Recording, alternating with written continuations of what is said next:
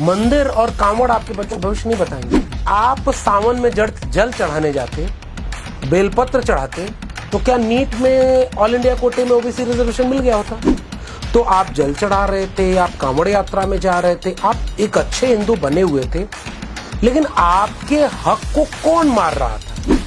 और यहीं थोड़ी देर के लिए ठहरिए। आप मंदिर जा रहे हो, खूब जाइए, हमारे समझाने से तो आप समझेंगे नहीं। आप फूले की नहीं सुने, आप पेरियार की नहीं सुने, आप संविधान की नहीं सुने, लोहिया और मंडल की नहीं सुने, कांशीराम की नहीं सुने, तो आप हमारी क्या सुनेंगे?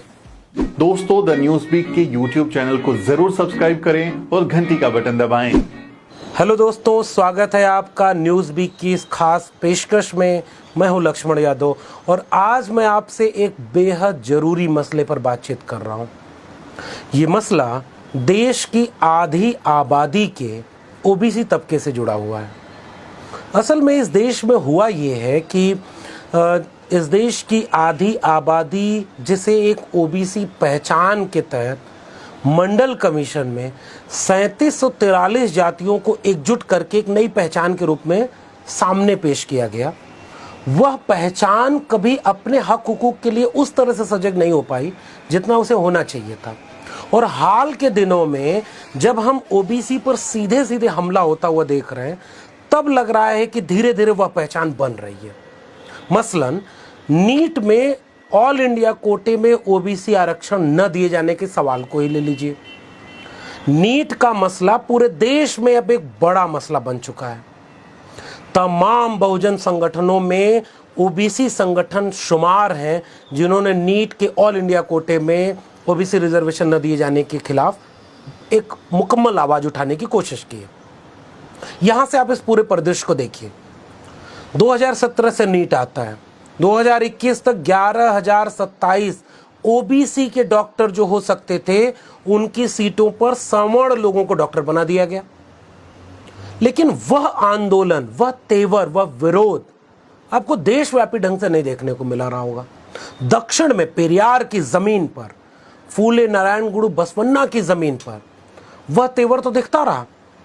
लेकिन इस बार जब नीट में ओबीसी प्रधानमंत्री, ओबीसी कैबिनेट बनाने के बाद एक ओबीसी व्यक्ति को शिक्षा मंत्री बनाते हैं, तो वो झट से नोटिफिकेशन जारी कर देते हैं कि इस बार भी ऑल इंडिया कोटे में ओबीसी रिजर्वेशन नहीं होगा।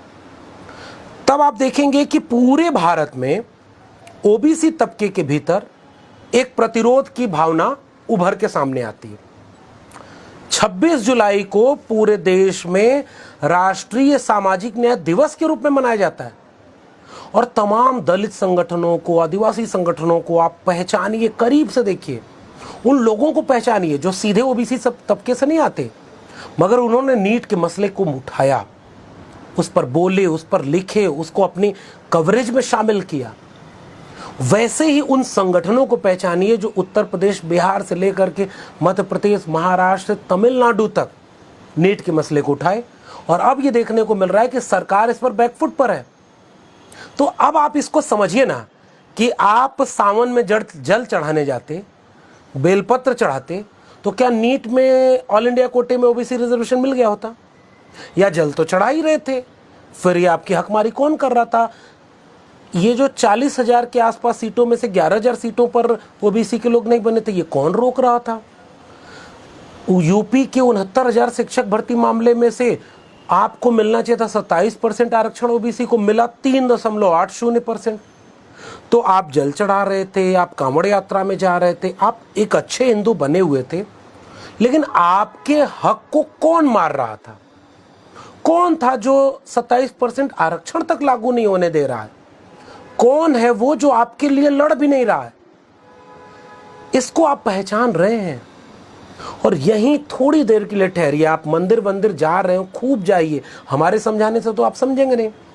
आप फूले की नहीं सुने, आप पेरियार की नहीं सुने, आप संविधान की नहीं सुने, लोहिया और मंडल की नहीं सुने, कांशीराम की नहीं सुने, तो आप हमारी क्या सुनेंगे? आप भगवान की सुनते हैं। आप खूब पूजा करके थोड़ी देर बैठ करके एक बार सोचिएगा कि नीट में जो बैकफुट पर सरकार है, ये कैसे है? ये 69,000 शिक्षक भर्ती मामले में अभी जो दबाव बन रहा है, कैसे बन रहा है? ये वो थोड़े से जागरूक लोग हैं ओबीसी तबके के, जो त्रिवेणी संघ, अर्जक संघ, ज्योतिबा फूले, सावित्रीबाई फूले जगदेव बाबू, रामस्वरूप वर्मा, पेरियार ललई सिंह यादव, चंद्रिका प्रसाद जिज्ञासु, मंडल कांशीराम, लोहिया की विरासत वाले जागरूक ओबीसी हैं जो आपके हिस्से की लड़ाई लड़ रहे हैं। और जो संविधानवादी दलित और आदिवासी हैं ना, वो इस लड़ाई में आपका साथ दे रहे हैं।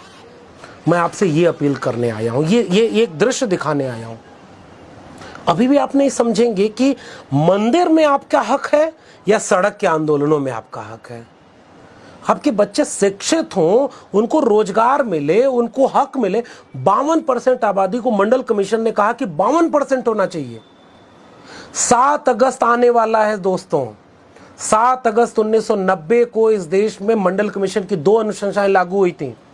उस मंडल कमीशन की जिसमें कहा गया था कि 50% अपर लिमिट है इंदिरा साहनी जजमेंट के बाद, नहीं तो मिलना तो इनको चाहिए आरक्षण 52% जितनी आबादी है।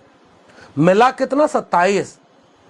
अब तो सब कुछ ओबीसी में हो रहा है, तो एक बार अपने हक के लिए सड़क पर आइए ना और कहिए कि जब ईडब्ल्यूएस आरक्षण 15% आबादी है सवर्णों की, आरक्षण दे दिया आपने 10%, तो 5% आरक्षण उन सवर्णों को और दे दीजिए और जाति जनगणना कराइए। देखिए जितने दलित हैं उतनी सीटें दलितों को, जितने आदिवासी हैं उतने आदिवासियों को, और जितने ओबीसी हैं उतना सीटें आरक्षण ओबीसी को दे दीजिए और बनाइए हिंदू राष्ट्र। थोड़ा सा इन सवालों पर विचार करिए। 7 अगस्त फिर से आपके सामने आ रही है।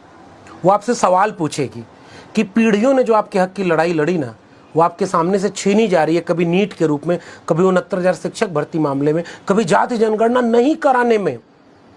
जाति जनगणना होगी नहीं, आपके बच्चों का भविष्य खतरे में है। मंदिर और कांवड़ आपके बच्चों का भविष्य नहीं बताएंगे। और आप अपने समाज के उन लोगों के साथ खड़े हुए जो जागरूक हो चुके हैं, जो आपके हिस्से की लड़ाई लड़ रहे हैं, और वो बहुजन एकता की तरफ चलिए। और 7 अगस्त को पूरे देश में एक राष्ट्रीय आंदोलन खड़ा करिए।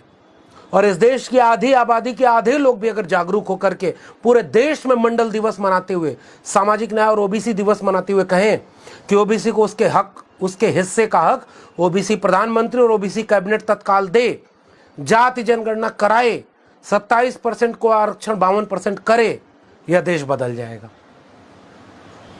आप देख रहे थे न्यूज़ वीक। बहुत बहुत धन्यवाद।